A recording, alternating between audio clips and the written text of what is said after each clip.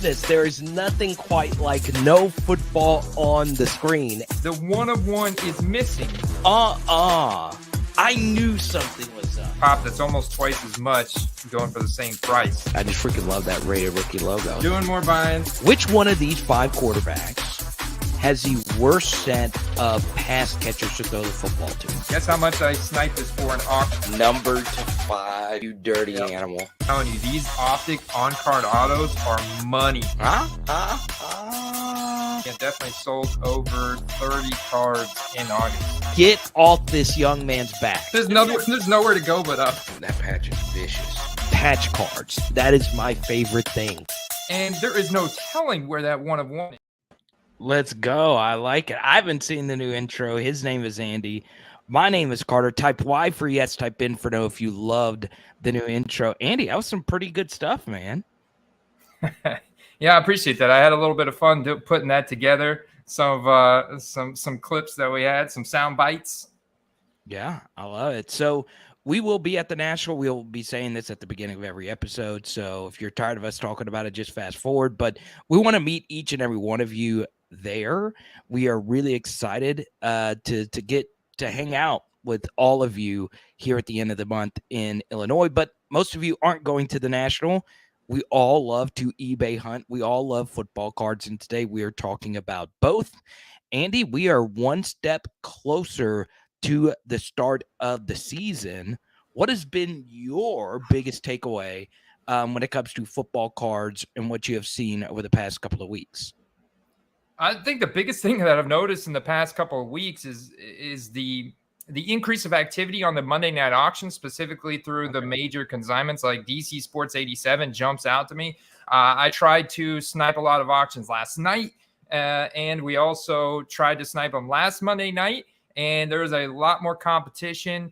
The premium cards from the premium players are getting a lot more bids, and they're kind of going a little bit outside of that range where it's like, man, I wanted to get this in, a certain range, and they're going a little bit above that. So across the board, I'm seeing really, really good numbers. Surprisingly, even guys that aren't projected to be on very powerful teams this year, just because they're seeing those ADP increases through news, etc. They're having price increases, or just based on an overall expectation increase year over year, they're seeing price and demand increases as well.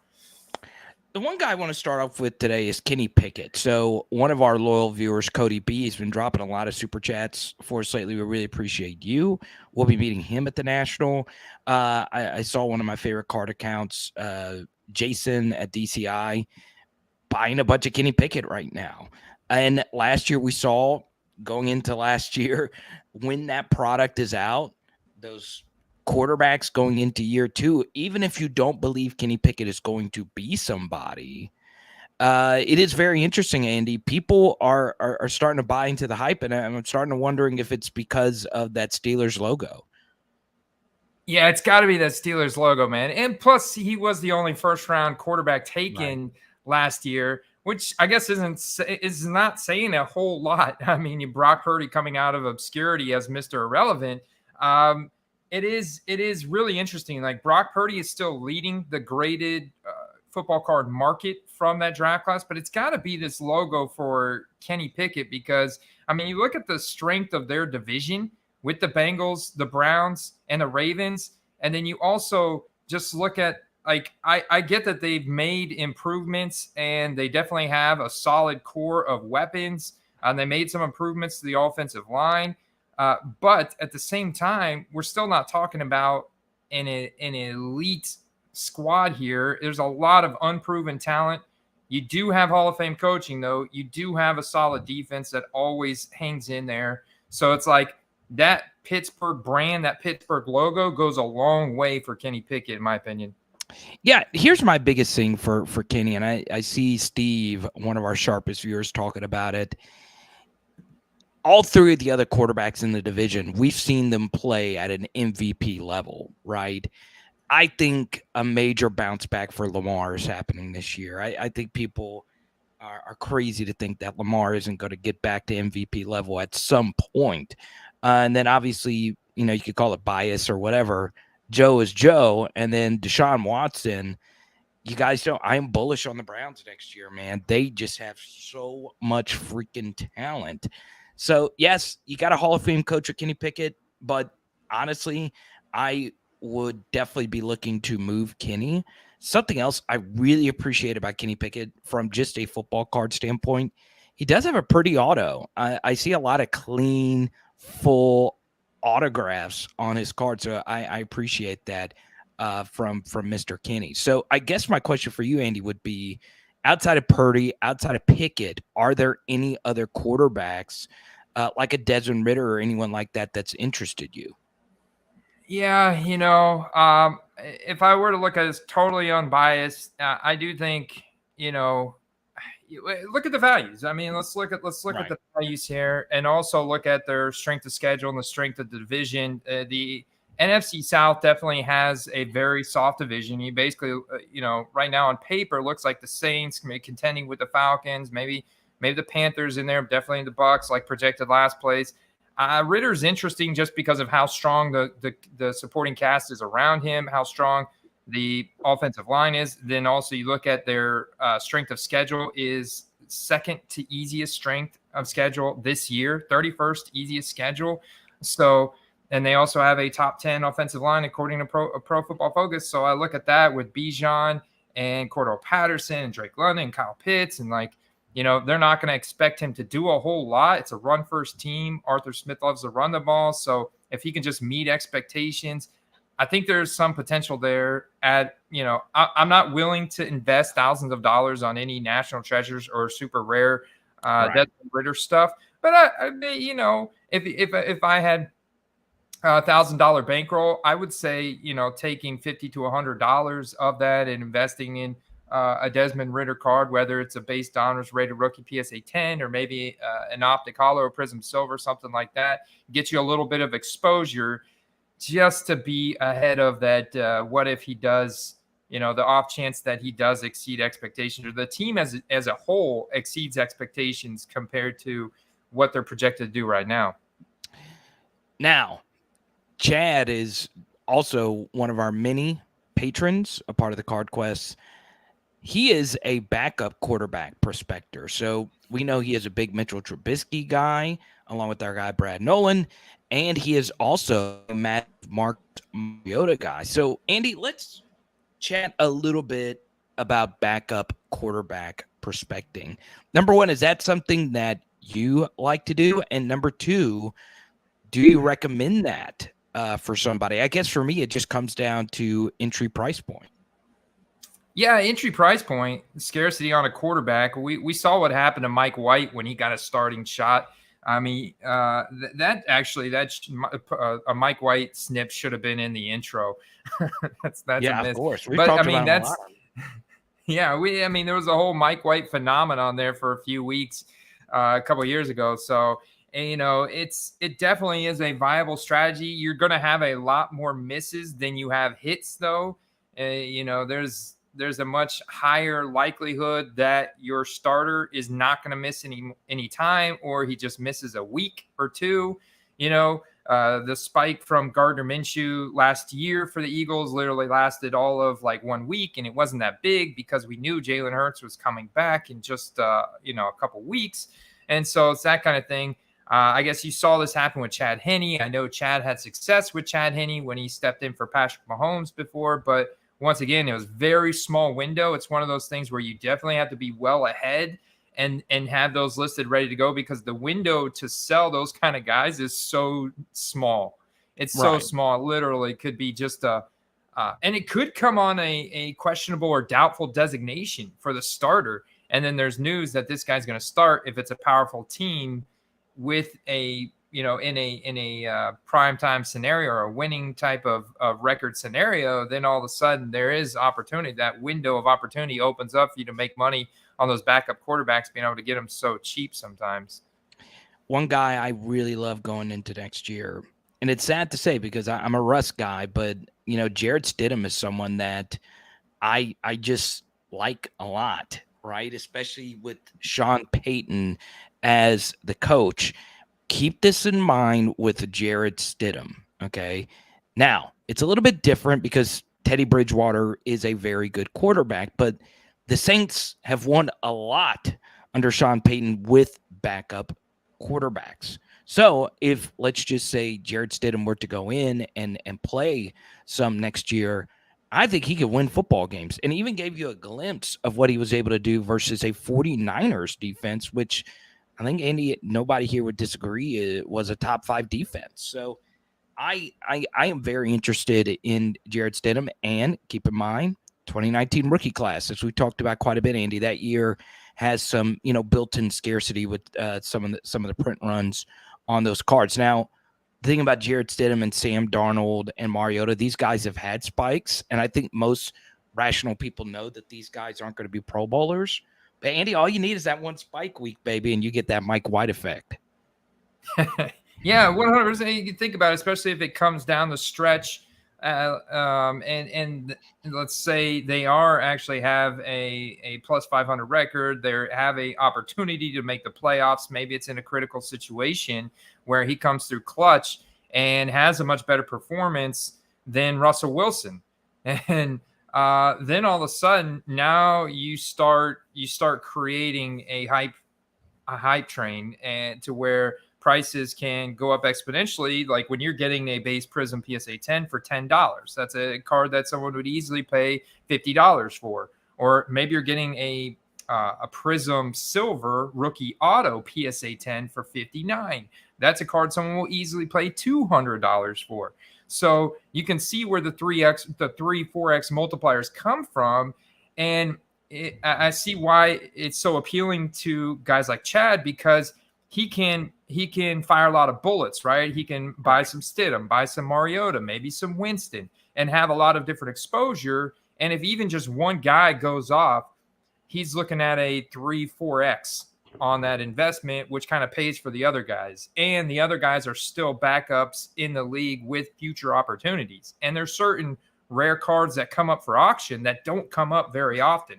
And if the player's obscure right now, then it does make sense to go ahead and shell out that $20 or $50 bill to get that rare card of this quarterback that you know is going to have that 3-4x potential of return on investment. I'll say this. I just think the NFL right now is just so loaded at the quarterback position, more so in the AFC than in the NFC. It's just hard for any QB to, that massive upside. Right. So I just think Kenny Pickett is just very risky just in general. The film guys don't love him. The analytics community is not in love with him either. Even though, he's got good weapons, you'll take his receivers, tight end, RBs, and he's got some really good pieces there, and he's got a great coach. Just not there. Now, let's take a look at some of these questions here, Andy. Let's go to Eli, who wants to chat some RBs. Okay. Ramadre Stevenson and Kenneth Gainwell. Andy, I'll let you go first here on Kenny Gainwell. Yeah. Okay. Yeah. Kenny Gainwell, I actually really like. Think about it. He is an incredibly hard worker. We saw Nick Sirianni wearing the Gainwell shirts in the pressers last year. Okay. We saw Gainwell showing up early, featuring him, staying late, working with the offense. Jalen Hurts is going to bring guys like that up with him. And when you look at the work ethic and the fragility and injury history of both DeAndre Swift and Rashad Penny, who's already rumored, apparently Rashad Penny's rumored to be injured potentially already.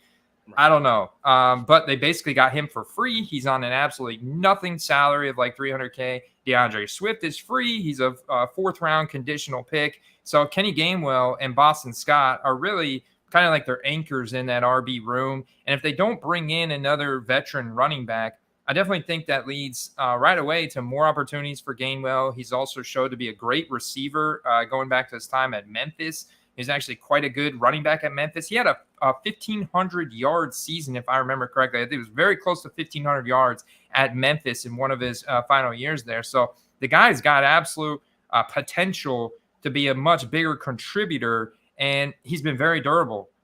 So I think that he's a guy that you can get super cheap on a very powerful team that could come out of obscurity, come out from deeper on the depth chart and emerge as a bigger role, and potentially have like a run, kind of like, look at what Lombardi Lenny did for Tampa Bay a couple years back in the playoff run. If a running back has a run like that, man, we saw his prices go to all-time highs. That was his peak, and it could be a similar situation Gainwell's in this year.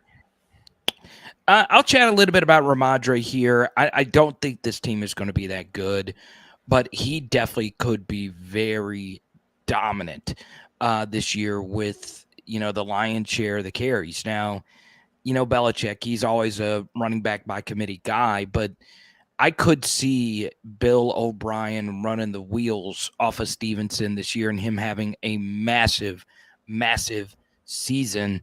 I've taken him in some underdog drafts in the 2-3 turn, but man, I like Rhamondre's talent. I just don't love this offense. Let's get to another question here. I can Cellier one. Can you recommend some RB card specific, i.e. Prism, Silver, etc., to target? Sure. I will say, and I'll answer this question, but also mention in there Rhamondre Stevenson. So rookie ticket autos, I think, are a beautiful sweet spot, especially for like 2021. I would try and focus on optic contenders. Rookie ticket autos, they have a thicker card stock, a little bit less edge and corner damage on those cards. We've seen some Rhamondre Stevenson just in the past couple days go for a pretty cheap, Carter, 20 and $30. He's an interesting not hold through the season, because I do think that this is a total uphill battle, like losing season for the Patriots. But if they don't pick up a seasoned running back, if they don't pick up one of the Leonard Fournettes out there, or the Zeke Elliott's kind of guys, then that does like spell for a much bigger role, like a true bell cow role, like you were talking about for Rhamondre Stevenson, with Kevin Harris and Pierre Strong to kind of just kind of give them breathers and stuff. So I could see that with how good he is all purpose, and there looks like there's a little bit of juice to squeeze, and I think he could have a bump in value. It's interesting to see where his ADP is compared to his values right now, but I digress. The cards specific that I would target, Carter, for like a guy like Gainwell or Stevenson 2021, rookie ticket autos. I also like optic rated rookie on card autos. Those are incredibly liquid, incredibly popular cards, a lot of times serial numbered. You do have Prism Silvers, which are nice entry level. I would maybe even look at something that's serial numbered. I would prefer you to pick up a $5 to $10 serial numbered rookie card where it clearly indicates rookie on the front of the card with a rookie card shield or rated rookie logo. And then from there, you can kind of work your way up. National Treasures, Flawless, Immaculate. Those are the three most premium brands in the hobby. Those are going to have the highest average resale value. And if you can find like a Kenneth Gainwell, for example, Immaculate, that's an RPA out of 99 with an on-card rookie auto that has a couple colors in the patch for like $20, $30, that's an incredible steal, Carter. Right. So I also say this, running backs are just so volatile in fantasy, in real life, and in football cards, right? My response to this also would be, are you a fan of any certain running back? Like we obviously have a Jonathan Taylor super collector. He doesn't care if Jonathan Taylor's, career just doesn't work out. He's still going to love the cards because he's a fan of them. But if you're looking, for just straight up flipping, you're just not going to have as much like infinite upside, if you will, if that makes sense. So I wouldn't. I think receivers and quarterbacks just in general are easier. But if you can get running backs like our guy Chad did at 6'11" out the door, that is just absolutely crazy. Let's go to James talking about one of my all-time favorite players here, Alvin Kamara. He does get the no contest earlier today in Vegas. We still don't know if he is going to be suspended or not. Andy, this is very different than the other running backs that we have talked about up to this point, because AK is expensive. He just is. I tried to click him and I couldn't ever really get around to it. So yeah, I don't know if he's necessarily a buy, if you will.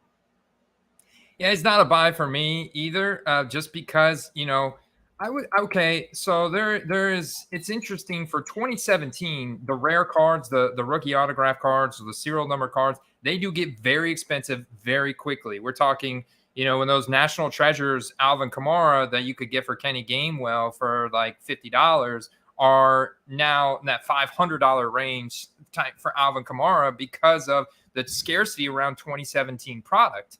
And that's the big difference there. And the fact that Alvin Kamara, if you go back to 2018, 2019, 2020, he was an elite running back going in the first round, in the top 5 of his position. So people were buying him at a high level, and those people are definitely holding them and wanting to make that money on them. And so the cards that are making their way out are more expensive. Plus he's getting ready to turn 28.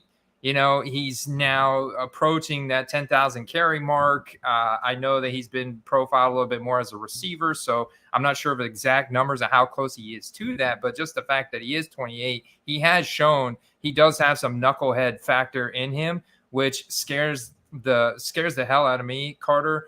I still think he probably gets a slap on the wrist for this. Maybe it's just a 4 or 6 game suspension.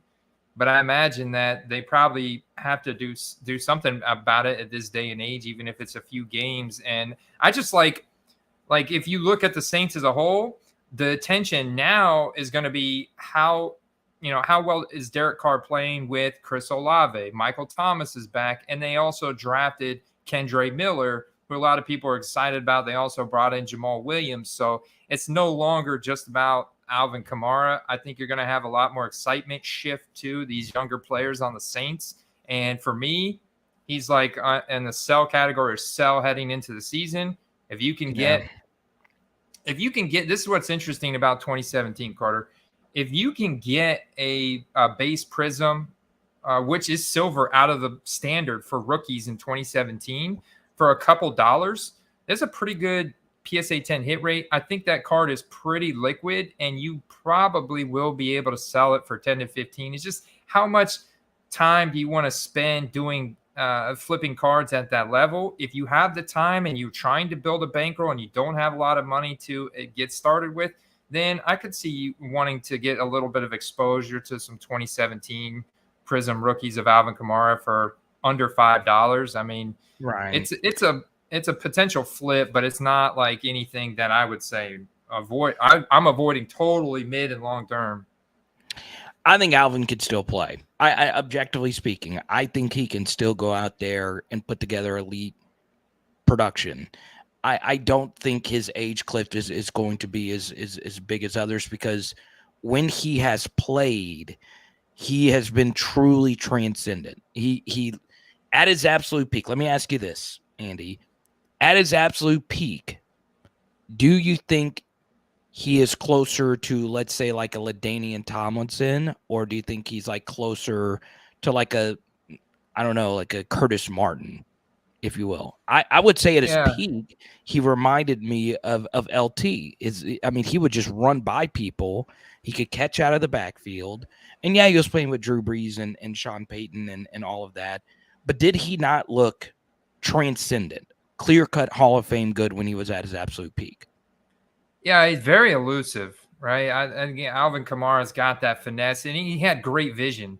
And vision is something that's not going to just disappear overnight. Like, he's going to have that vision for the rest of his career. And I think that vision goes a long way, being able to quickly read what the defense is giving you and where the holes are at and how to evade a tackle as it's approaching you and all that kind of stuff. And I think the question is Derek Carr, and Derek Carr definitely is going to be dumping the ball off a lot. So there's going to be a lot of receiving opportunities for Alvin Kamara if he's playing as well. So it comes down to, like, how well does his body hold up? Because he has missed time the past 3 years now. I mean, he's missed a little bit of time, never like a lot of time, but he's missed a little bit of time each year. But what I would also say is he does have a 6 touchdown game in his career. So we know he can have a spike week where he's the guy. Like, everybody knows that he won everybody their fantasy matchup for that week. He won people on Underdog Fantasy a lot of best ball points. and people are going to want his cards, right? It's just how it works. I mean, Andy, you look at the stuff every week. He does have that in his repertoire. So there is some upside for him to have like one of these 1 week games where he looks like he's got it back, and people are going to go look for his cards. And something else about him, yes, this charge and this incident, especially with it being caught on video, he's been really good off the field up to that point. And the guy, obviously, this is going to sound like me defending, a player that I like a lot, but it's true. The guy was. People that have been to Vegas know that there's some people that like to start stuff. It's especially if they know a superstar athlete who, Alvin Kamara's got like this superstar drip. He's got the, the grill and everything like that. I think people will forgive him. I do. And I think people overall like him in general. He looks cool. His interviews are great. He's interesting. He's partnered with NASCAR. I mean, he's done all these very marketable things. He has his own cereal. And I think the Saints have a chance to be a decent team. The issue, though, is Kendre Miller. And the issue as well, Andy, is Jamal Williams. Jamal Williams, coaches love them some Jamal Williams. And they're going to feed him a lot. I really do think Alvin Kamara is going to have some serious competition in the backfield. So you might not get those spike weeks. But for me, I do think it is within the realm of possibility that he has one of these massive weeks. But we'll move on to another topic here. Let's go. I just want to point out, Carter, a $26 Silver Prism PSA 10 rookie of Alvin Kamara for $26 is a snipe. Wow. Okay, snipe, so maybe I was wrong. I've just not. You corrected me here. That's not expensive at all. Now I'm wanting to go see. Yeah. Oh, no, there's pockets right now. There is definitely pockets of value that can be taken advantage of for sure. Okay, I just normally look at autos. I should have looked for these other things. Oh man, this is my buy window right now, Andy. Oh my goodness. It's just it's a staple. It's a gold standard from 2017. It is an old PSA slab, but who cares? It's a PSA 10 and it's well under market value. The peak for that card, anywhere in the last year, closer to $100. So I like that. Yeah, that was an easy snipe. Yeah, I only look for autos now, but maybe I should just look for silver. And I also just like his autograph. I'm a big stickler for that. I think he's got a very clean auto. So there you go. Now, we'll answer this before we go into our next topic, because Family Birdliner's been rocking with us. A backup quarterback, Gardner Minshew. Andy, I'm going to give you two questions here. Number one, do you think AR is starting week 1? And number 2, do you think there is a potential Gardner Minshew get some playing time this year at all? I do think Anthony Richardson starting week 1, and I don't think Gardner Minshew is going to get any starting time unless Anthony Richardson gets hurt. Right. So, and that's just based on like Shane Steichen is not going to be on the hot seat. And, they can suck all year long and they can blame it on a rookie quarterback and first year in the building and in the organization. So I think that there's going to be a fairly long leash there. He'll at least get a second year. And based on the draft capital they invested in him and how he's been able to develop around a rushing quarterback and a rushing attack with the quarterback and the run pass option. And Jonathan Taylor is definitely going to help that out because he's such a good running back. So you got to hold these. I would say reach out to me if you want to fire sale him. I'll definitely buy him from you and hold him. He's still got a fan base. His stuff's going to be really cheap, but I do think there's a time where he's going to get a starting opportunity. It may not be this year, may not be till next year or the year after that, but he'll probably become, like a Ryan Fitzpatrick journeyman moving around the league. He'll get into a spot where he's on a big time team that gets an opportunity when a starter goes down.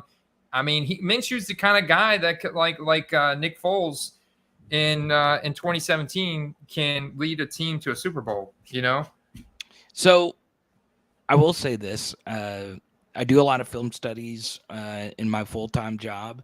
And there is an OC in Europe that helps me out with like really advanced play design. So if I see a play, Andy, and I'm not an OC or QB, I'll send it to him and he'll break it down what he thinks should have happened on a play. His favorite quarterback in the NFL is Gardner Minshew. He just likes the way he plays. He likes the way he runs the offense. And he still thinks that he's got a Nick Foles in him at some point in his career. And he obviously made that analogy last year when Minshew was on the Eagles, and he played respectably. He played respectably well. Now they didn't win those games, but he was solid. He was absolutely solid. So there you go. Now we get into the next topic, Andy, which is, and we always like to get to this in the middle here, as far as like football card releases. Is there anything that has really stood out to you as far as new cards that are hitting the market? 2023 Chronicles draft picks, baby. I just got a notification yesterday that my hobby box has shipped, so it has hit the market, and this is going to be a very hot product for the incoming rookie class. The Donruss Elite release that we were talking about last week with the Pen Pals and the turn of the century autos that are like literally the first pro uniform sets, that's been postponed now to like mid-August. They moved that back. And the Panini Chronicles draft picks, there is it's hitting the market this week, so expect a lot of that supply. Like, it's very important, and this could kind of parlay into a hobby tip of the week, Carter. Okay, it's very important to be careful when you're buying cards from brand new sets, because it's hard to get a good, accurate idea of the supply of what any given non-serial numbered card is. So it's easier to target the serial numbered cards and the more rare cards, but those are going to be even more expensive because everybody's after those. And even when you compare that of a brand new rookie to a guy from a couple years ago, there's going to be a difference there. So I would say, if you can, like if you're not in a break or something, you're targeting the singles like we like to do. I mean, I would kind of advocate you just be very careful. It's got to be patient. Yeah, there's the silvers, right? That's always been a big thing for me, Andy. Like the silver of any version of any card is just always going to be one that people like. And I'm talking about just the base silver. The issue with that, Andy, is those cards are hardly ever numbered. And I mean hardly ever. So it's always an issue for me. That's why, I just like numbered cards in general, but that really is a good tip. And as you can see on the screen, or if you're just listening to this via audio, we are showing you some Chronicles, Andy, that's already hit the bay, baby. Yeah. So you can see there's a lot of different sets that actually get put into Chronicles, like these Impeccables. Here's a Riley Moss Impeccables, blue draft picks, rookie auto out of 125. That is a sticker auto too, and you can see it's selling for $25. I mean, this card from a couple years ago, it's just it turns into like $1 or $5 bin card kind of thing. The Jahmyr Gibbs, this is a cool one because 12th overall pick here, Jahmyr Gibbs, 2023 Chronicles draft pick Zenith. It is horizontally formatted, does have two colors, red and white with the Alabama patch, $43. 01 out of 25. That's actually, I think, reasonable for the scarcity, but it is sticker auto, and we are talking still college uniform here. And this one specifically doesn't mention the Lions anywhere on it. So it does have the University of Alabama, which is nice. So this was actually supposed to be my hobby tip of the week two weeks ago, but I kind of forgot about it. But now that it's on the top of my mind, I'll go and give it out right now. All right, so Jahmyr Gibbs. All right, this card is serial numbered 1 to 25. All right. Unfortunately, with the way he's angled on here, you can't see his jersey number, but he wore number 1 at Alabama. So this is technically a jersey number match card. Now, this patch is probably not from anything. flip it around, Andy. I don't even think that this is event worn or player worn. And obviously the second thing here, and this is a big thing as well for, hobby tip. I don't think this is as big of a deal, but for a lot of collectors it is. Go back to the front of this card, Andy, and you'll see that the autograph here is running off the sticker. Okay, so you don't have this problem with the on-card autos, but you unfortunately do with stickers. You see that marker is also kind of, streaking there at the end. That's something that you also don't want. But Andy, just really quickly here, give people a little insight on sticker autos that run off the sticker. Yeah, it's just not going to grade a 10. Right. If you were to grade the auto, which definitely don't want to on this card, it's definitely not going to get a 10 anytime the auto runs off the sticker. Carter, if you had to give Gibbs this card and his autograph in general a penmanship score, what would it be out of 10? I'd give that a good solid 7.5. Really? That's generous, man. A 7.5? I was going to give it more like a 5.5. Yeah, it's not great. And we've talked about this at length, right? The autos just normally early autos are better, but now they're just getting worse and worse and worse. But this will be my major point here, and this is my hobby tip of the week. I know it's in the middle. So Jahmyr Gibbs' jersey number for the Lions right now, Andy, is number 26. Okay. Now, this is going to be interesting. I don't think he is going to stick with number 26. I just don't. I think this rookie season he could wear number 26 for the rest of the year.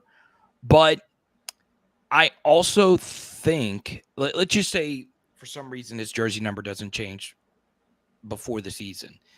I think he could change his jersey number next year, right? Because skill position guys like the single-digit number. They just do. Right. So Bijan Robinson, for instance, he wore number 5 at Texas. Drake London already had number 5 for the Lions, so he picked number 7. Right. So more than likely, Bijan Robinson is going to stay with number 7 the whole time he's with the Falcons. I don't think Jahmyr Gibbs is going to stick with number 26. So that is something I would keep an eye out for if you are a Gibbs fan. I know we have some Lions fans and believers on the channel. I know Hector is a big Lions believer on this channel. Just keep an eye out for that, because now that players can get single-digit numbers, the skill guys, so tight ends, receivers, and running backs, DBs, whatever, that is something just to keep an eye out for. But still, Andy, overall, I like what I've seen from Chronicles. Yeah, and looking at this data right here, because here's a Bijan Robinson from the same set, same subsidiary set, Zenith, and this one's actually numbered out of 125 with a napkin patch, a plain color patch. You already know it's not from anything. The penmanship on Bijan Robinson here, Carter, what are you going to grade it out of 10? Oh, apparently I'm getting roasted in the comments here for my auto grade. I'm going to give... I'm going to give score. I'm going to give it a so we're clear. Yeah. So I'm going to give Bijan. I'm going to give him a 6.5. I think it's better than Gibbs, but I'll give it a 6.5. I'm kind. Look, here's what I'll say. All right, I'm lucky to have met some of, not this last rookie class, but more of the guys from yesteryear. They are not really interested in this, right? Now they do get paid per autograph, right? So you'll get, it depends on your draft capital, but you could get paid anywhere from $15 to $20 per autograph, but you are signing a lot of stuff. Okay. So in the chat right now, type J for Jahmyr Gibbs, type B for Bijan Robinson. Who has the better auto? Type J for Jahmyr Gibbs, type B for Bijan Robinson. And like Steve points out, at least Bijan's on the sticker here, Andy. Okay. Yeah, Bijan's got the full auto on the signature. So when you graded this out against all the Bijan autographs, this would be a 10 auto. But I think this is going to parlay perfectly into my play of the week. Why is Bijan Robinson on a more common card going for literally 5 times as more, almost, 5 times as much, Carter, 5 times as much as Jahmyr Gibbs, who only was drafted 4 picks behind him and goes to a better offensive line. Clearly, the NFL market is recognizing this by putting them up against the Kansas City freaking Chiefs on opening Thursday night game of the season. And Jahmyr Gibbs is going for 5 times less than Bijan Robinson. I think there might be a little bit of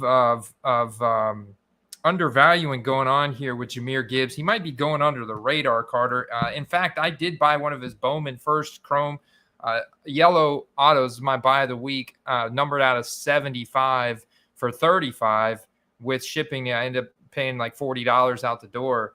But still, I think is a fine play when you compare the disparity in his value compared to Bijan Robinson's. Yeah. So what am I missing? Is Bijan that much better? Also, you got a number to 25 2-color patch, and then number to 125 on the other. It could be the auto. It could be some shillage here. It could be a lot of different things. One other thing that scares me about Bijan Robinson, a lot of people have made. I've been drafting a lot of David Montgomery. I think he's going to be really good this year for the Lions. I also think, Andy, people forget how good Tyler Algier was last year for the Falcons. Tyler, you don't agree with me? Well, he was good. He was good because of the Arthur Smith run scheme and the strength of their offensive line. So that's what I think the case. I think that even strengthens, though, the Bijan Robinson case, because I feel like you don't draft a guy a number 8 overall pick to not give him at least 250 carries in his rookie season. I don't know. I mean, so you think that, Tyler? I think here's my thing. If I were the Falcons, I would not have drafted Bijan Robinson. I just would not have done it. If I'm getting good value out of Tyler Algier, let me ask you this. Was Tyler Algier a good running back last year? Well, 4.9 yards per carry is not bad. That's not a very bad average. If I looked at some of his advancement, and this was the most run-heavy team in the NFL. Number 1 in run plays per game. But the thing is, he had a pretty big sample size. We're at 210 carries. And outside of the 5 yards per carry, which ranked in the top 20, his actual, all right, so let's look at his evaded tackles. It's actually not too bad, I guess. Top 15. His EPA was actually a plus 5.4. It's a number 17. So I'm looking like he was okay. Was he stellar? No, but he was solid. Let's put it that way. He was solid. I love it. I also think Hector makes a good point about Gibbs. Who did the Lions have to throw the football to outside of Allen-Ra? I mean, Hawk isn't there. Jameson Williams ain't going to be there. I could. Who? Marvin Jones. They brought Marvin Jones. Marvin Jones and Josh Reynolds are the number 2 and number 3 option on this offense. So that's, I don't know. Hector kind of talked me into Jahmyr Gibbs having a massive.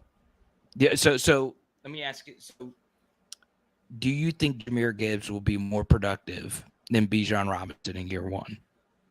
It's definitely possible, because I think that he's everything that they wanted DeAndre Swift to be going back to Swift's rookie year, whenever he did get a lot more opportunity in the rushing game as well. I think David Montgomery, he's certainly going to be used in some high value situations, some goal line situations, and everything like that. But if you go back to DeAndre Swift's rookie year, he actually had 114 rush attempts in just 13 games. So that's a little bit more than 10 rush attempts it's about 10 rush attempts per game, I guess, if you extrapolate that out, plus 46 receptions. So they're going to be giving him the 50 to 100 targets most likely this year. That's what I think, because Jared Goff's not mobile at all. He's going to dump it off to his running backs, and they're going to design plays around Jahmyr Gibbs to get him in space, because he is so fast and so electric. I mean, we're looking at a guy that's faster than DeAndre Swift, and we saw how electric DeAndre Swift could be in certain big-time plays. And then you also got no Jameson Williams for the first 6 weeks. Yeah, you got a couple old dusty guys on the depth chart there. And I think that Jahmyr Gibbs is set up to put up like big time Alvin Kamara type numbers that we've seen in the past. Well, they were compared to each other a lot. So I will say this: when Gibbs was coming out, there's some tweet that I had where LSU had talked to him briefly, and for those that don't know, Jahmyr Gibbs was a very productive running back on a very bad Georgia Tech team his first 2 years, and then when he hit the portal, he was the most coveted player in the portal, and he went to Alabama, and obviously he was a superstar. He's a really good player. I love him. He was one of the best running backs I've seen coming out of high school. So it is interesting that I am just not more bullish on him going into next year. I guess Monty is scaring me just a little too much. So there you go. Let's go to Chad here on a deeper cut RB. Jerome Ford.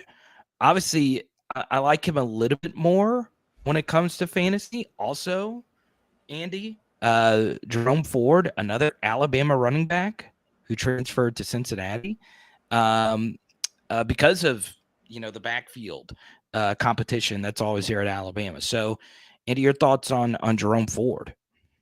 Oh, love it, man, because he checks the boxes. 40-yard dash speed, 84th percentile height adjusted speed score, and he's got rookie ticket autos for $5 to $10. I got a gold shimmer prism rookie of his numbered out of 10 from a guy on Instagram for $15, Carter. Okay, and let's go.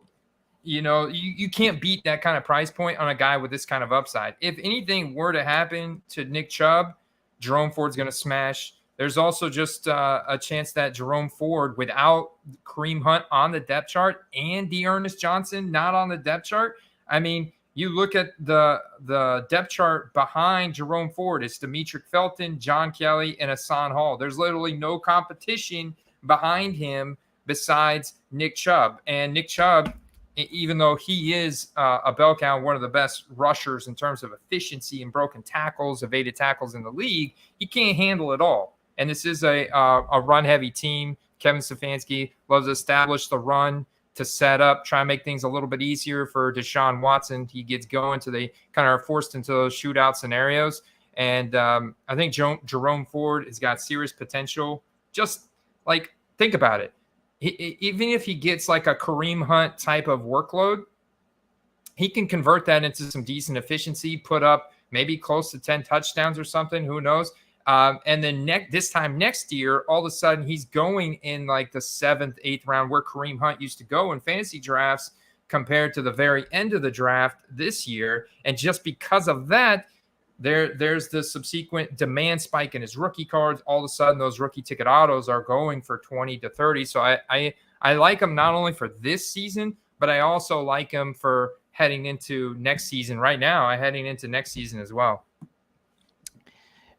Really quickly here, Frank Antonio Gibson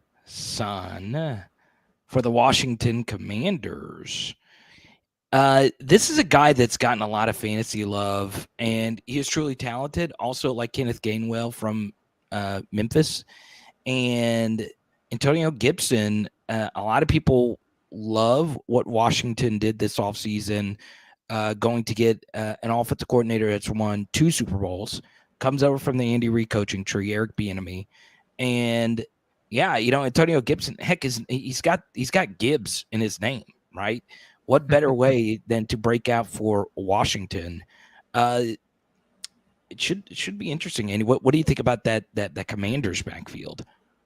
Yeah, they really like Brian Robinson too, man. I mean, look at the opportunity Brian Robinson got with a gunshot wound in his ass, last year, and he still was back out there within like 7 weeks after being shot, back on the field and getting snaps and carries. So you could kind of say that was a reason for kind of his poor efficiency, but he definitely got the opportunity. He's going to get volume. We know that. The coaching staff, it seems like Ron Rivera doesn't really care for Antonio Gibson a whole lot. He gets in the doghouse very easily. If Antonio Gibson has any fumbles in the preseason, or maybe even training camp, I mean, he could be right back in the doghouse. So I'm really hoping he holds on to that ball because his athletic profile is incredible. I mean, he's so explosive. He's so dynamic. He's got so few carries on his legs. It's mostly receiving work. And the guy is electric, going back to his rookie season where he had some really nice breakout games. I would love to see him get back there. I've got some Antonio Gibson rookie cards. I know he's got the potential, but it is a slippery slope for him for sure.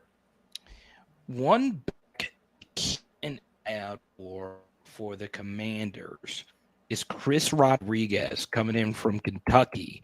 C-Rod was a tackle-breaking machine in the most brutal conference in America. So just keep an eye out for Chris Rodriguez as a deep cut. Not a whole lot of his autos out there. Obviously, a lot of Leaf stuff, and there wasn't really any draft capital there at all. But yeah, I really like C-Rod as a deep cut because he's just good, and he's one of those backs that coaches love. A grinder, could do a little bit of everything. So there you go. Now, Andy, I always, I'm pointing out questions, picking topics, and all of that. I'm going to let you just discuss whatever you want to talk. You're the brains of this whole operation. So, is there anything on your football card mind? Yeah, I'm looking at these 2023 Chronicles results. This is the first time for me that I'm really digging into it. Right off the bat, I'm noticing there is a big difference between Bijan Robinson rookie auto stuff and like this optic hollow draft picks rated rookie for $1,350, $799. I think those are fair market values for those cards. They'll probably settle around like $5 per card long term, whereas those rookie autos, obviously, as you can see, more of the market is prioritizing their dollars on those type of cards. So that's a big takeaway. The other takeaway, Carter, is just like the whole collection aspect. Because look at this Aaron Rodgers Spectra out of 75 that's sold for $5. Now, it's not much, but then up here I've got a Lamar Jackson Spectra draft picks red out of 49. Just pretty cards, a $16 card. It's interesting to see those veteran serial number cards that have those nice designs sell for more than just a couple dollars as well. I like it. I really do. I'm going to go look to see if I can get some sealed product of this in the next couple of weeks and rip it some.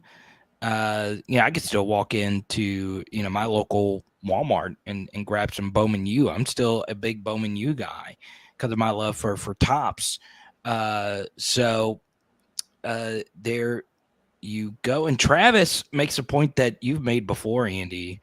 Spectra being a little underrated. I agree with that, Travis. Yeah, there's some diehard Spectra fans out there for sure. And as you can see, there's a lot of buy it nows from this new set of veteran Spectra cards. And I think that goes back to people wanting to set build Spectra. I mean, I just kind of visualized myself having like a binder of nothing but Spectra, or maybe a wall, or just like a whole shelf that's nothing but Spectra would look really, really nice. I mean, we're talking thick cards that have a lot of beautiful chrome color textures, and I mean, really, really cool looking cards. And in the last couple of years, they've done like these really cool swirl designs and stuff, and they're interesting. This one really interests me as well. This Chase Brown, I do want to get your take on him, Carter, because behind Joe Mixon, I look at Chase Brown as the next man up. Joe Mixon, another 2017 running back that's had a recent run-in with the law, and who knows if he gets suspended at any point. It doesn't look like he will this year, kind of like Kamara didn't last year. But Chase Brown behind him really interests me, man. When I watch his highlight film, I mean, he looks really good, man. He looks really explosive. Derek's not very high on him out there, dynasty expert Derek, but I don't know. I kind of like throwing some flyers on some Chase Brown here before the season starts. I do too, especially if there's some legal stuff that comes along with Alvin. I mean, I'd say Alvin Kamara, Joe Mixon. What I would say, obviously, that differentiates Mixon and AK is Mixon's had a lot of it, right? So there's always that risk of something else happening with Joe Mixon, where it's a little bit different. Where AK's had this one run in. So yeah, Chase Brown, if you can get him really cheap, he kind of becomes a guy in Cincy, unless I just feel Cincy's going to make a move in the running back market. There's no way that they feel comfortable with their run. I could see a Kareem Hunt or Leonard Fournette signing with them in the next few weeks, or them going to go get somebody else. Now, like I mentioned at the beginning of the episode, Cody, another super chat. He is a big supporter, and we're going to get to meet him in a few weeks. Let's go, Cody. I'm looking forward to that. You just made me think that Leonard Fournette's going to sign with the Bengals before the season starts, with the whole LSU connection there. All right, and Cody's an LSU guy as well. So here's his super chat. I have a nice Spectra, even a KP 1 of 1. I've seen it. It is very nice. But I just can't hold Spectra for a long time in fear of market hype. So he only holds Prism Optic for long periods. Andy, your thoughts? Well, I'm curious what he means about market hype. So I think what he means by this is that the current market is more hyped for Spectra, but that long term, those Spectra fans will kind of fall out of the hobby, and like 5 to 10 years from now, when we look back on this last few year time period, Spectra will kind of be devalued, like when the dust settles, kind of thing. Yeah, I could see that. Like for me, I'm not a big Origins guy. I do like Spectra. I don't have a whole lot of it. One thing I just love about Spectra is they're mostly numbered cards, and that's just something I love. But I do agree with Cody. If you are looking at a card in terms of like just investment for long term, Prism and Optic, for me in particular, Optic, because of that rated rookie logo, it's just going to have just so much more long-term value. So I totally get that. I really, really, really do.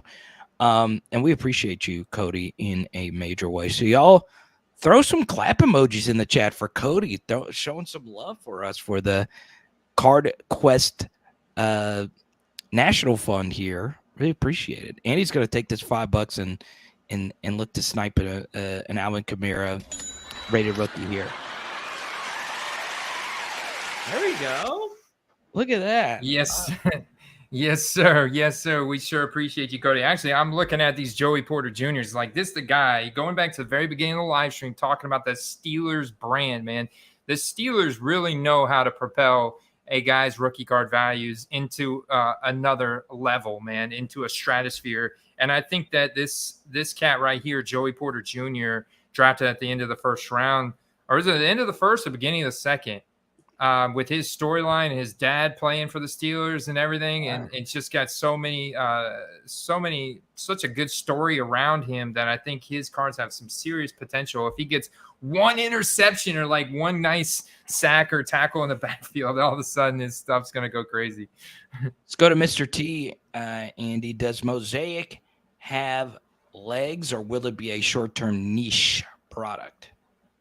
Well, this is the thing, because, and this kind of goes back to Spectra, right? I look back at 2014, 2015 tops, or even 2013, 2011, 2012 tops, and look at the sets, because they not only had base tops, you had tops Chrome, you had tops Supreme, you had tops Platinum, you had tops Finest. So you could basically go and look at those sets and compare. I think basically like tops Platinum was similar to a Mosaic, and then a Top Supreme was similar to a Select, and a Top's Finest you could compare to one of these other sets, just kind of like a Spectra, but thinner card stock. But anyway, I digress. So I think if you look at those sets now, the short print inserts that are truly short print, that have like, they're hard to find listings of, and then there's the serial numbered cards and the autograph cards in combination with some of those other factors, still hold really good values if the player is relevant. And I think that's what's going to be the common denominator. It's going to apply to Select. It's going to apply to Mosaic. It's going to apply to Spectra. I think those will be the common denominator. And then you'll have still pockets of people that insist on set building a specific set. And I guarantee you there's select set builders, there's Spectra set builders, and that's what their main goal is. Go to Ryan. He says, I see Mosaic as Prism's ugly sister. I love it. I have been giving away more of my Mosaic PC of certain LSU guys on my channel. I gave away one of my favorite Patrick Queen ones not too long ago. And yeah, I've kind of faded my love for Mosaic. Part of what, really for me pushed Mosaic, Andy, was they were the new product and they were coming out right when the football card hype was really beginning. So I still think it's in like the top 5 sets, but I can see Mosaic fading some too. Yeah, I mean, definitely. I think we've already seen both Mosaic and Select. They haven't faded totally, but they definitely have fallen into that mid-tier category of cards. They're not quite at the level of like rookies and stars.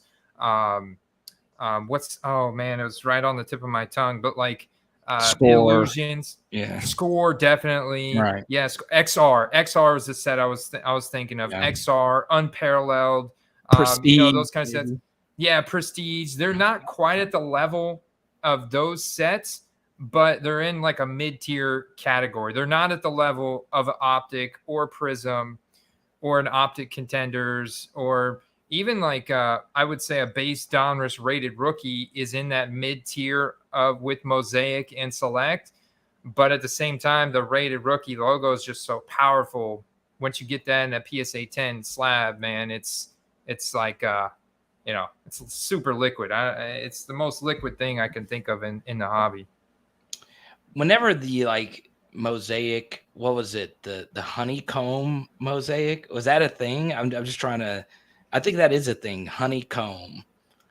It's a thing, but I don't buy them, man, because it doesn't stand out to me at all. Like, you tell me it's kind of like a gold card, but not serial numbered, and you added some little lines in the background. I'm not digging it. I'm like, I always like, because I think people want to sell them for a little bit too much. They want $60 to $80 for honeycombs on a lot of relevant players, and I'm just like, nah, I can't do that. If it had a serial number on it, maybe out of 49 or something, then yeah, I'd maybe make a move, but without it, I'm not.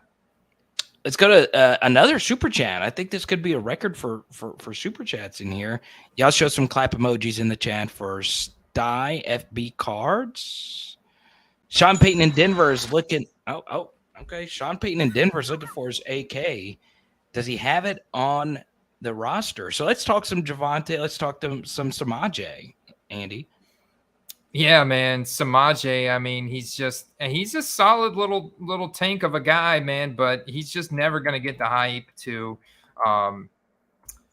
really do anything in the card market. I think he's solid for football purposes, and that's why they picked him up. I think they're also really hopeful that Javonte Williams is going to be back midway in the season, because Javonte Williams has got a very promising NFL outlook. I mean, he led the league in his rookie year in forced missed tackles per touch. And so they're really hopeful to get him back. He also has those soft hands able to catch. But Samaje Perine, Tyler Batty, Tony Jones, Mike Burton, they definitely don't have an Alvin Kamara on this roster. That's for sure. Yeah, it's going to be a very interesting year football card wise for Breece Hall as well. That's someone else, Andy, you've been active with. Yeah, I do. I do think his start's a little slow. You also compare that with the fact that the Jets have the most difficult start to the season out of any team in the NFL, playing the likes of like the Bills and the Patriots and the Chargers and the Cowboys. Like their opening 4 games is just absolutely insane, Carter. And so I got to think that that's obviously going to be showcased around Aaron Rodgers in the passing game, and they don't want to just kind of like throw Breece Hall straight to the Wolves there. So, yeah, I think he does get a little bit slower start to the season, and by the end of the season, the playoff time period is when his stuff gets the hottest. You'll see it all year. All right, it's time for play of the week. We'll answer a few more questions after this. Andy, I'm going to give a little bit more of like a structural play of the week.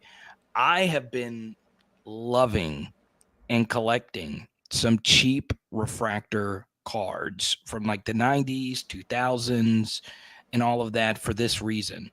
I have been, and you can kind of see it in the background here. I've been putting just like cheap raw cards of some of my favorite players just out with no one touch, no penny sleeve or top loader, like a $4 Drew Brees refractor. I got a Steve McNair and Dante Culpepper refractor right here. They just look good just with nothing on them. Just raw, baby. Everything in life is better is just raw, if you know what I mean. So as you can see, I just have it out and about. Okay, now I know I don't have kids. I do have a dog that could, knock it off. But if the card falls over, it falls over. But I mean, it just kind of I don't know if you can see it. It just kind of pops.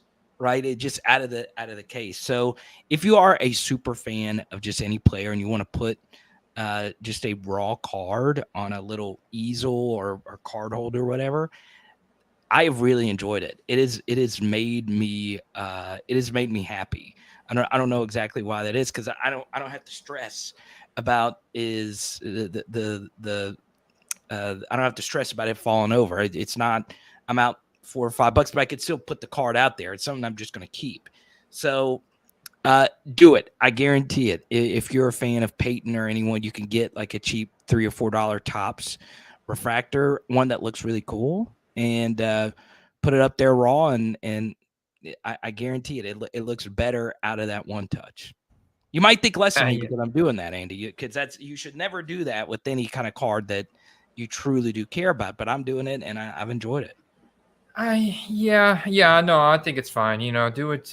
I know you're makes you feel good there, man. Hate it. I knew you would hate it. I knew it. I knew it.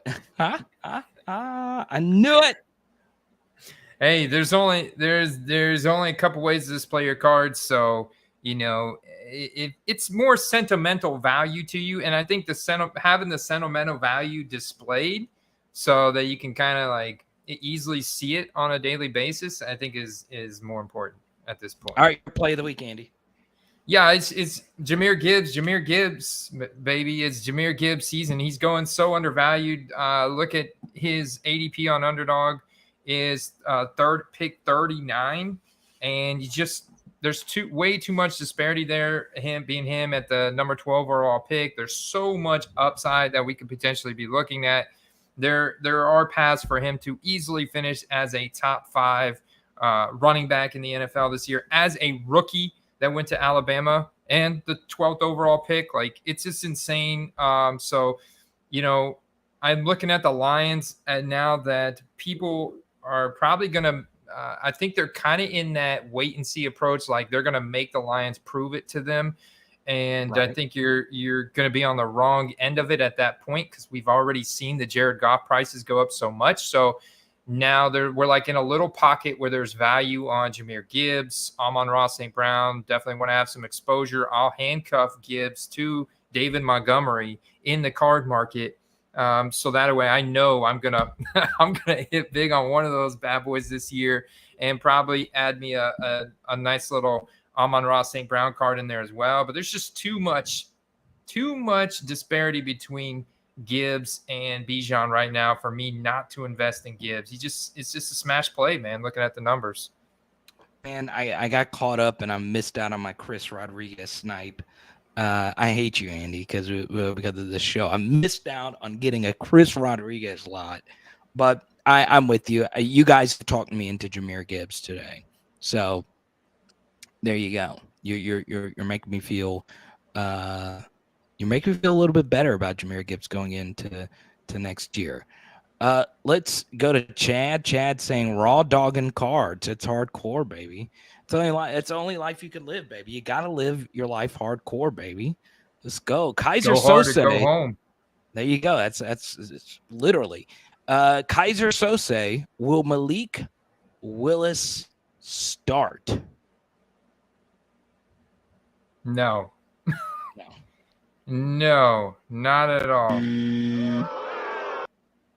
No, he won't. He won't start unless they're absolutely desperate at the position. Will Levis will start all day over him.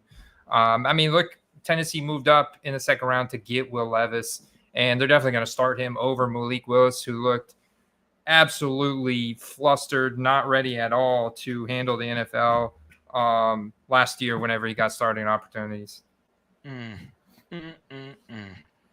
Yeah, I'm not a Malik guy. I mean, when he played, it was not good. It was not good at all. So,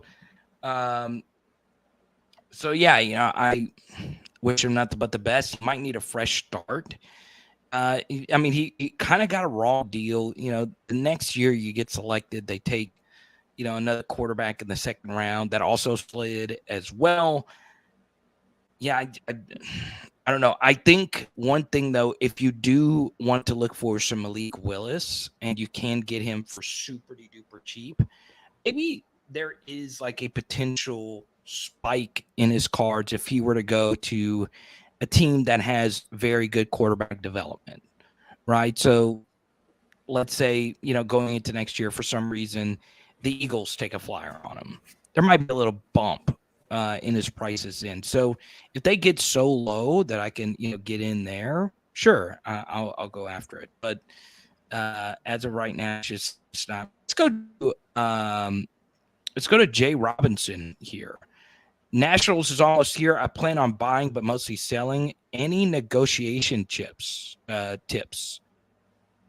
Yeah, I think the first question you ask somebody after you, say hello, introduce yourself is, how much do you want for this?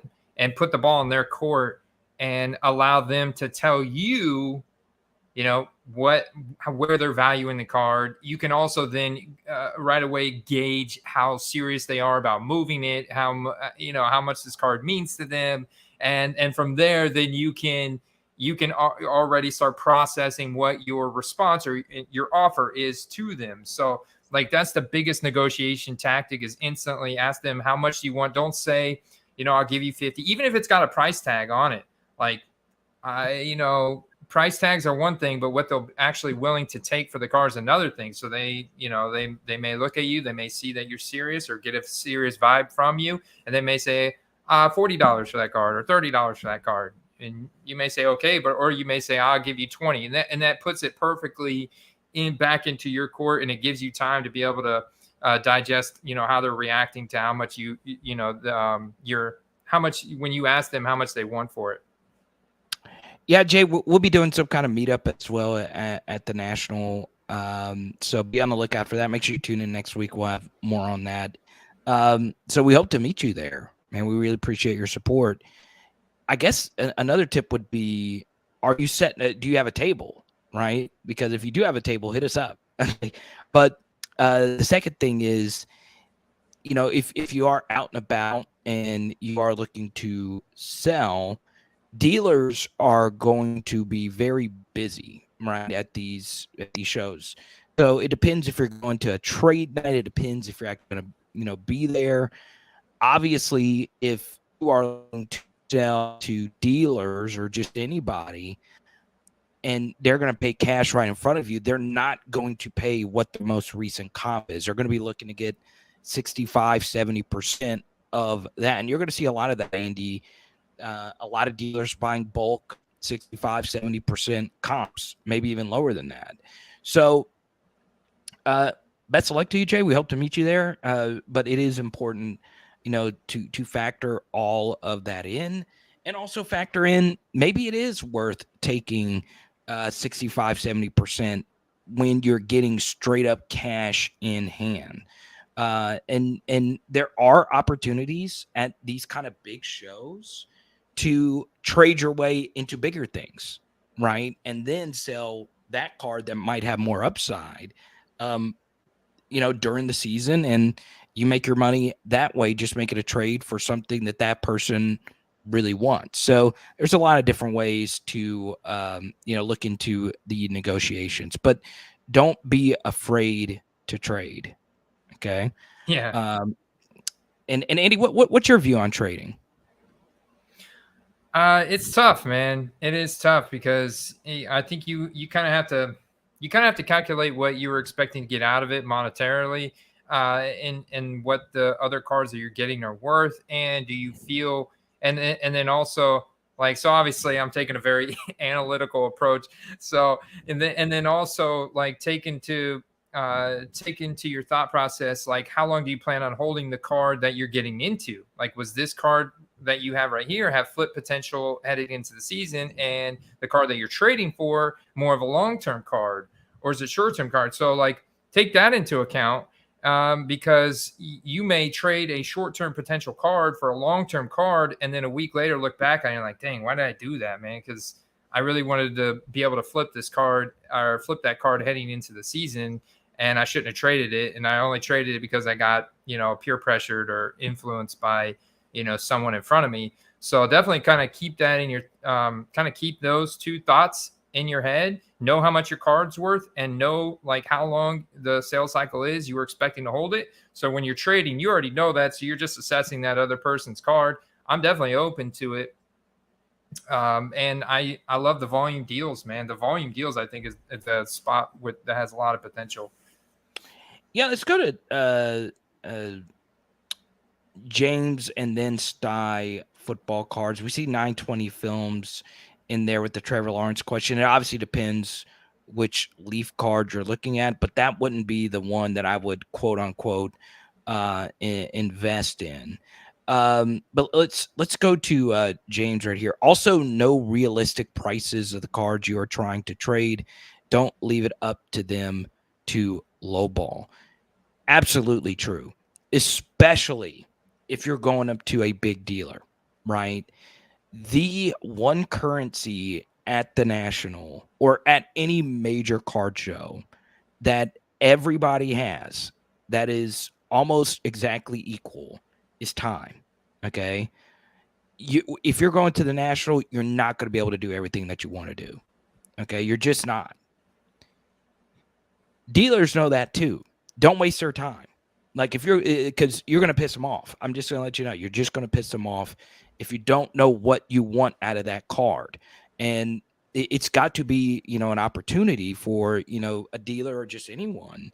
Because it also is just like, if you genuinely don't know and it's just some extra card that you have, totally get it. But if it's one of the 5 cards that you're showing a lot of people that you're trying to move and you don't know the comps on it, that's a disservice to you. It's a disservice to that person's time as well. So it's a really good point by James. And then, Andy, I actually disagree with Stifle FB cards, and I love him to death. He did just super chat here. You can trade and then flip that card, right? Andy, about one of these for me personally. I traded a Jerry Rice rookie for a Baker Mayfield RPA and a Chris Paul, game use patch card, right? It didn't make sense. Like, why would you ever trade Jerry Rice for Baker Mayfield? I quickly flipped that Baker Mayfield card and made money on it. So I think you can flip. I think you can trade and then flip the card that you trade.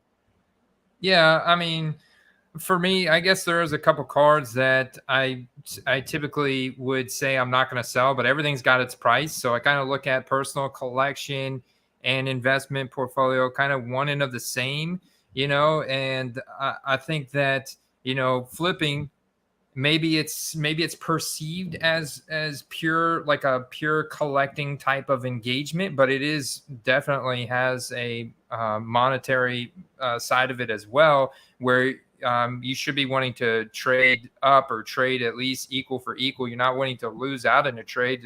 Right. I still look at it like in a dynasty fantasy league. I'm not looking to take less for what I think I should get for a player on my squad, because once it leaves your hands and it leaves your collection, it's gone forever, unless you have to pay whatever it costs to get that back, or now at this point, maybe trade whatever it costs to get that card back from whoever you just traded it to. So, no, I definitely think they go hand in hand, Carter. I'm with you, man.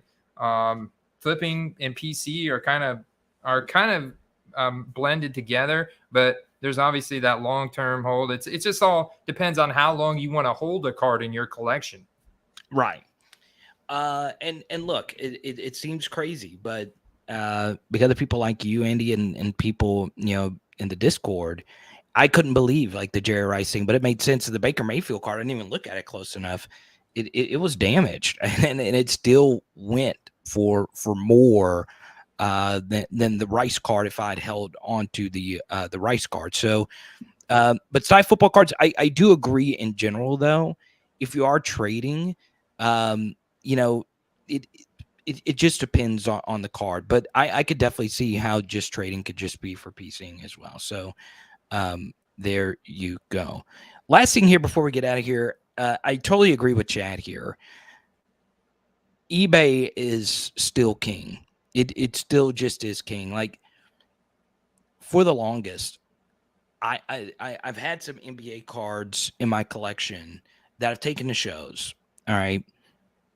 And NBA cards go for a lot, Andy. You know, the NBA market is absolutely crazy. And they're rare refractors, and I'll take them and not sell them. But I post them up on eBay and they move quickly. Like that, you get offers and stuff like that. So I understand, people talk about like the eBay fees and stuff like that, but it's still where everybody has their safe searches for whatever, PC that person might have, right? Like, there's not, if you go to just some show in like Shreveport, Louisiana or something like that, there's not going to be a lot of Reggie Miller collectors there. But on eBay, there's hundreds of super diehard Reggie Miller collectors out there. Yeah, there really is. And that's why companies that are not normal companies can excel if they're integrated with eBay. Like look at comc.com, for example. The integration they have with eBay constitutes for roughly 30 to 40% of all the sales on their website, is what I estimated at. So, yeah, eBay is extremely powerful, and it definitely has the biggest reach. And I do also agree with Ryan. If you can get cash, it's a game changer. That's why going to shows is a game changer. Man, it is crazy. That's why I'm super excited to go to the show, Andy, with you, because you don't get to go to that many shows. I get to go to a few more a year than you do. But there's going to be a lot of people that go to them every single weekend. One of my favorite guys, Mojo, he's on a tour right now. It is absolutely crazy. But this has been a great episode. So next Tuesday, we should have some kind of information of where we're going to meet up, maybe Thursday or Friday night, whatever the case may be. So be on the lookout for that. Is there anything else, Andy, you want to talk about before we get out of here? No, man, it's been a great episode, Carter. I would just recommend everybody, if you want to get access to even more content, we are doing now a Monday live stream through our Discord server that's exclusive to our premium members or any of our members through patreon.com/footballcards. And we're still putting out written content. We're still doing monthly giveaways. We just finalized a PSA group submission. So there's a lot of content coming out over there that for our premium members, and you get access to that Football Card Prices web app. So a lot of good stuff. Go check it out, guys. Really appreciate all you guys. Can't wait to meet everybody at the National. Peace out. Peace.